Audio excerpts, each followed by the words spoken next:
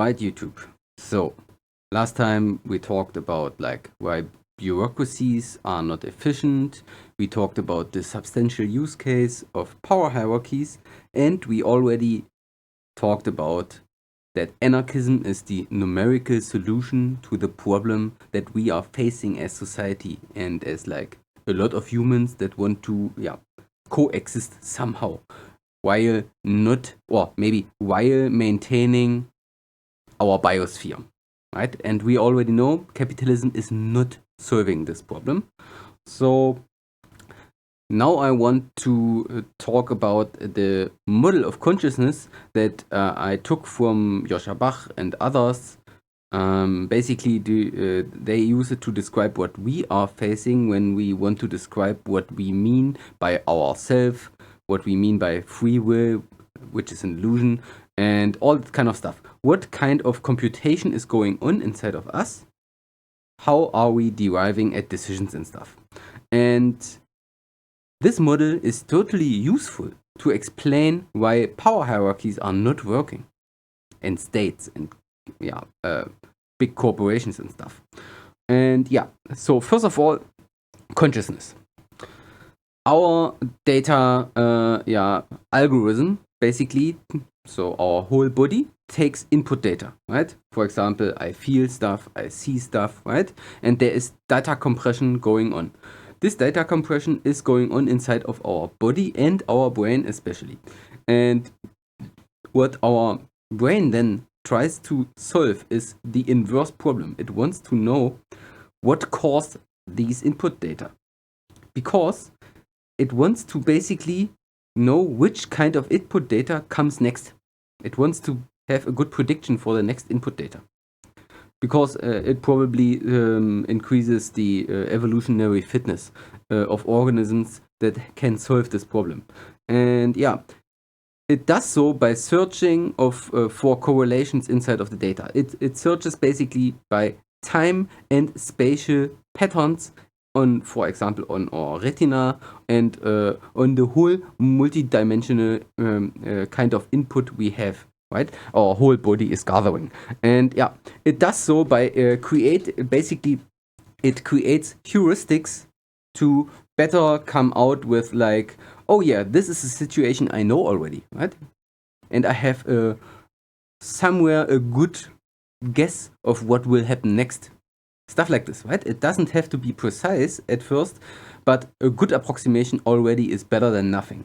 So the brain tries to solve the inverse problem, and so it wants basically to minimize surprise, right? So the goal of our consciousness, I just stated here, is in the end to completely be not surprised anymore. It will go to basically AFK to Nirvana if we have solved the universe. But this will never happen, right? We will die before that, but yeah. And it does so by producing predictions for the next time step. And the thing is, of course, when we grow up, we will find out that we can solve this problem best when we interact with the environment in order to somehow control what happens next, right? Because I will know what happens if I just let go my beer. It will fall down, right? But this increases the predictability.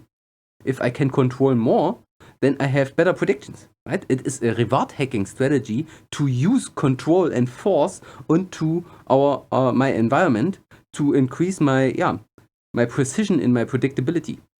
And of course, for this I need forward models and backward models, and with this I need to model somehow the world, the physical reality. Of course, this is not the actual reality, but it is a good model for it.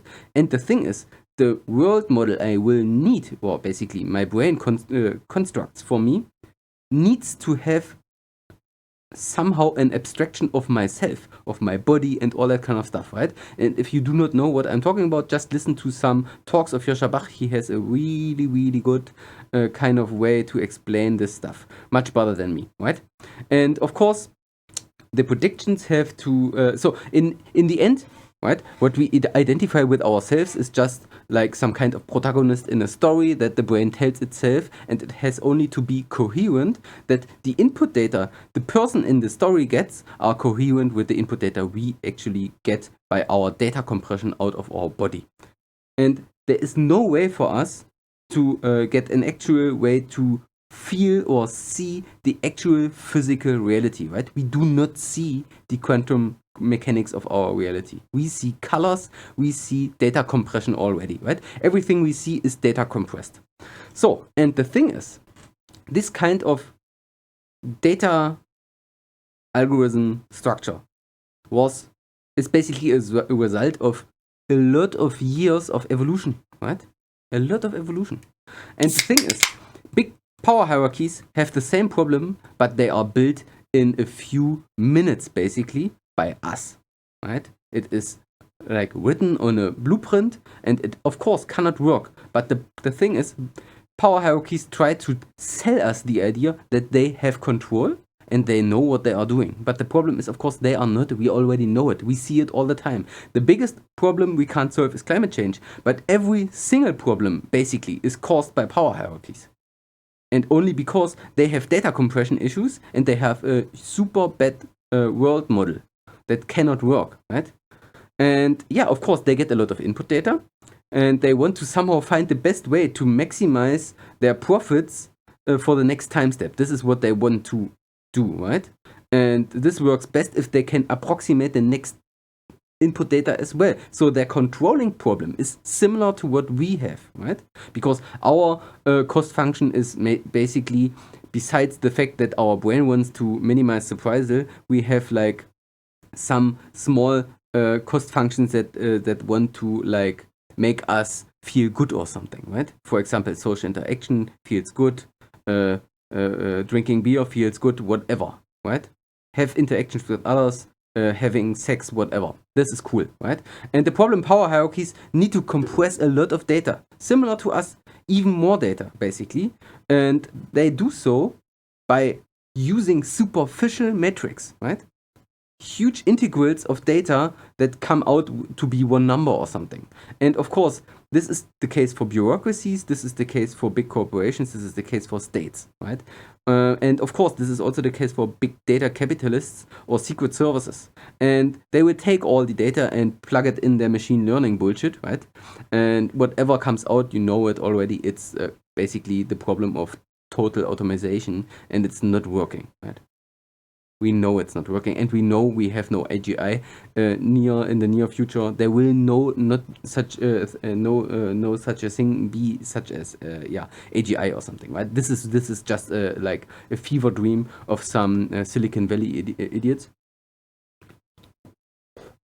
But the thing is, what these control systems of power hierarchies can't do is constructing a good proper world model, right? That gives rise to proper models of, for example, human entities, because we are constituents of these power hierarchies, but they cannot like actually simulate what we are doing. So also these power hierarchies cannot understand what society is actually doing, that emerges only from our like interactions, right? Society only emerges by all the interactions between all these humans. Or for example, even markets, right? I think these these hierarchies cannot understand markets as well. I mean, most capitalists cannot understand markets, right? If you ask them why they are working, they cannot tell. Most of them, at least. And what these systems also lack is a proper model of themselves, right? They have a bad model of the world, but they have even a worse model of themselves. They can most of the times not even look inside of themselves and tell what's going on. So they are not even conscious as we are. Right? But they tell a story, or to us, it looks as if the state government is conscious somehow, because it somehow reacts for input data. But this is not a conscious reaction. It's more like, if I let my beer just fall down, right? This is more the kind of interaction we have with big power hierarchies. And I think they are also misaligned with the real goal of society, which is something like to maximize the wealth of all or the survival of the biosphere while minimizing violence between all the participants, right?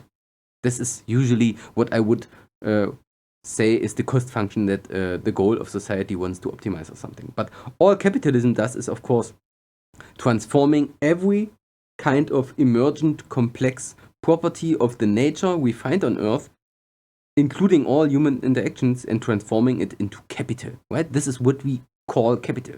Capital means some controllable, for maximizing controllability of some kind of physical matter, basically, or some kind of physical propagation of information.